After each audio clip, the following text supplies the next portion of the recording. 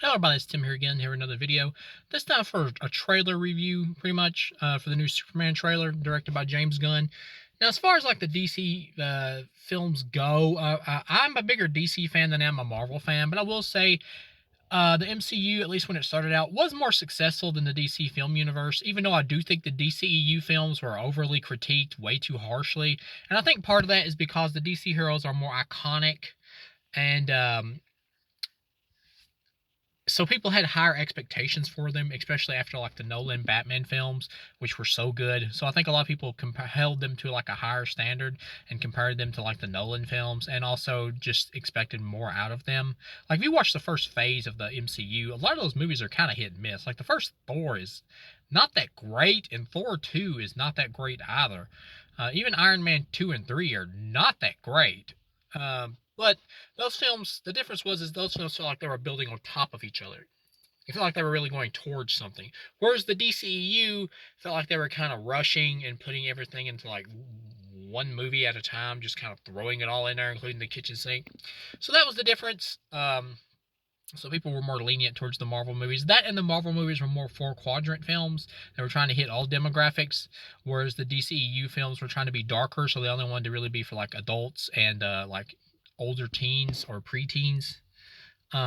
So right off the bat, because of that, the DCEU was never going to be as popular as the MCU. It just wasn't going to happen, just because of the fact that they tried to go darker with more edge. It's just never going to happen. It can't, just because of the direction they took. But as far as my feelings on the DCEU, I will say in terms of like them and like the Marvel universe now, I'd pretty much say they're pretty much about even, honestly. Like the MCU has had a very up and down streak in terms of quality lately. Like the later phases have been pretty weak to bad. Um, Even though I've heard Thunderbolts is really good, I haven't seen it yet. But one really good movie does not like make the MCU like, oh shit, it's back. Like that's the way people do every time with the MCU. The MCU, I mean, is every time they have like a new movie that's actually good or actually great, you get some internet go, the MCU is back. It's so back. It's like it's one movie, people. And in the next movie they go, the MCU is done. It's over. It's really ridiculous and funny how it flip flops like that. But still, in terms of the DCEU, the films that were in it and everything, I liked Man of Steel. I've went back and forth on the quality of those films and how I felt about them. Like I used to like love Man of Steel, and I will say I think Henry Cavill's my favorite Superman. Because he feels the most multi-dimensional. Um, because, like I said, I'll say this about the Superman character. This may upset some Superman fans, but I do think it's true. Superman is not that interesting as a character, just inherently, because of the fact that as a character, he's kind of one note. Um, I'm not saying that he's all one note or that he's a bad character. He's not. But as a character, he's just a guy who just always does the right thing. He's just a Boy Scout who has godlike powers. And yes, you got the whole Clark Kent stuff, duality, where he tries to like hide himself or whatever to the general public and all that. That's kind of, like I said, kind of interesting. He's not a bad character, but he's not a great character either. He's a good character, like a guy who's a Boy Scout who always does the right thing. That's not that interesting, really. So with the Snyder films, they tried to make Superman more grounded, not so much realistic, but just grounded, to the point to where they tried to make him more multi-dimensional. Like here's a guy who's is trying to do the right thing, but he realizes in the world that that comes with a price, that you can't always do the right thing, and that things are much more complicated. That's what they were going for in the Snyder films, and I think for the most part, Snyder kind of got that right. I will say I don't love Man of Steel. I rewatched almost all the DCEU films before I did this video, or before I saw this trailer for the new Superman by James Gunn. Almost all of them. I did watch the Snyder films. I will say I don't love Man of Steel. Watching it now, I do think it's pretty good. It's not a bad Superman movie, and if you look at Superman's track record, his track record is not great. Superman 1 and 2 are good. Superman 3 sucks. Superman 4 sucks. Superman Returns is just kind of mediocre to bad.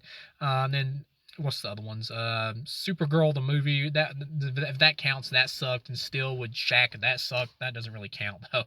But yeah, so he's not got a great track record off the bat.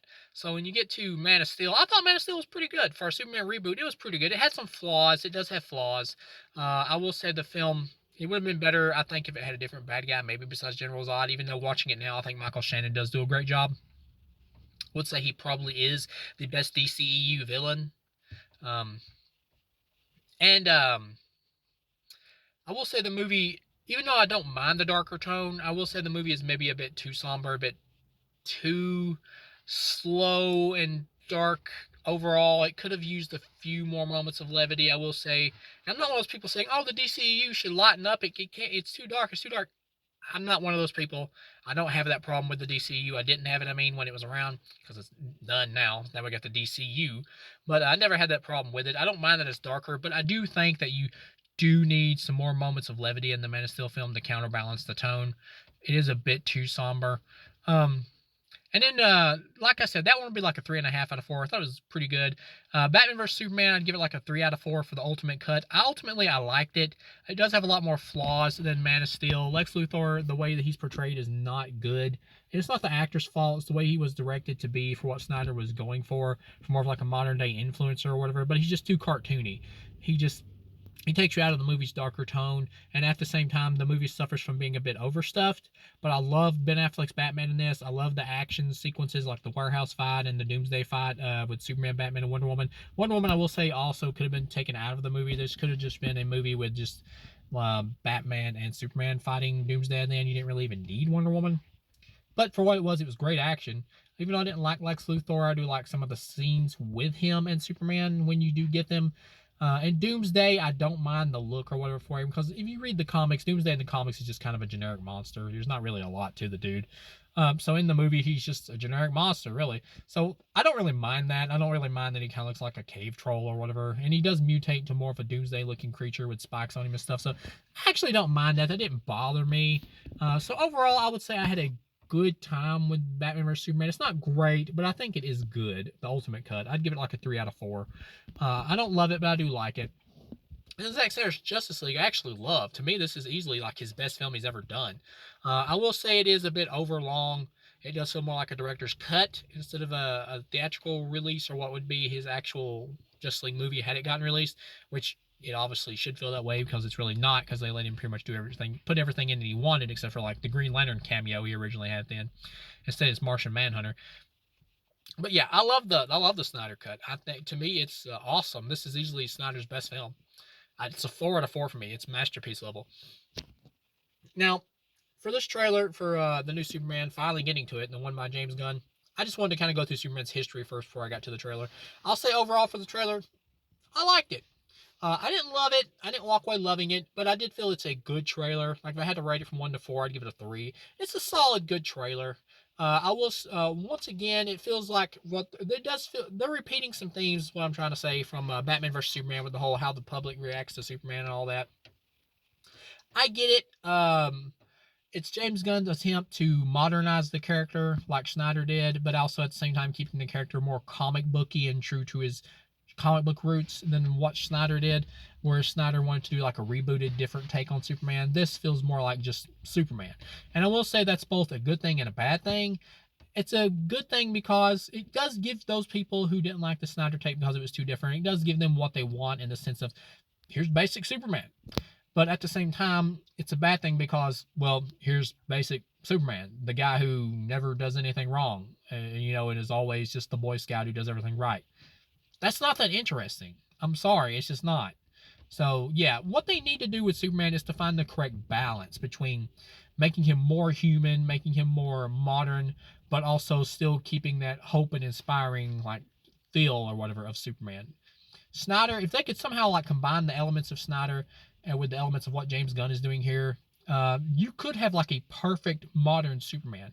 As it is, it just kind of looks like basic Superman again to me. It really just looks like Superman Returns, which just tried to redo the Christopher Reeve movies. This feels like Gunn is trying to redo those Christopher Reeve movies, or that feeling of Superman, which those were just pretty much classic Superman. So it just feels like Gunn is trying to do classic Superman again, but with some slight modernizations, but much more comic booky. So at the same time, it's still just basic Superman. You got Lex Luthor in there. I will say I'm not really a big Lex Luthor fan as a character. Like, I enjoyed Gene Hackman's portrayal of him in the 3 Superman movies he was in, even the Bad Superman 4. Like, I liked him, but that's just because I like Gene Hackman, I think. I just thought he was fun as the character.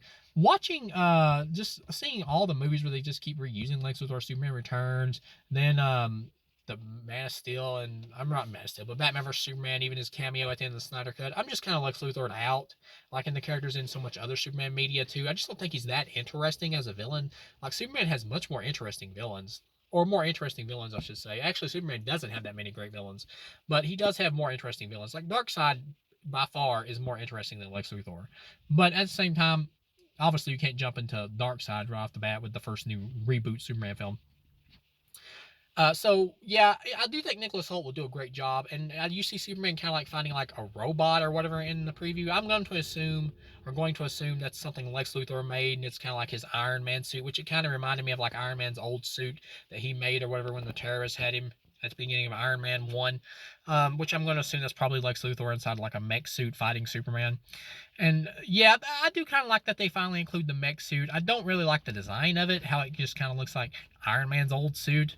I would have preferred something maybe it was like, I don't know, something with like kryptonite in his chest or something, shooting kryptonite beams out or some shit. I don't know. I just don't really like the design of it. If that is what that is intended to be. And Brainiac's supposed to be in the film as like the main villain, I think.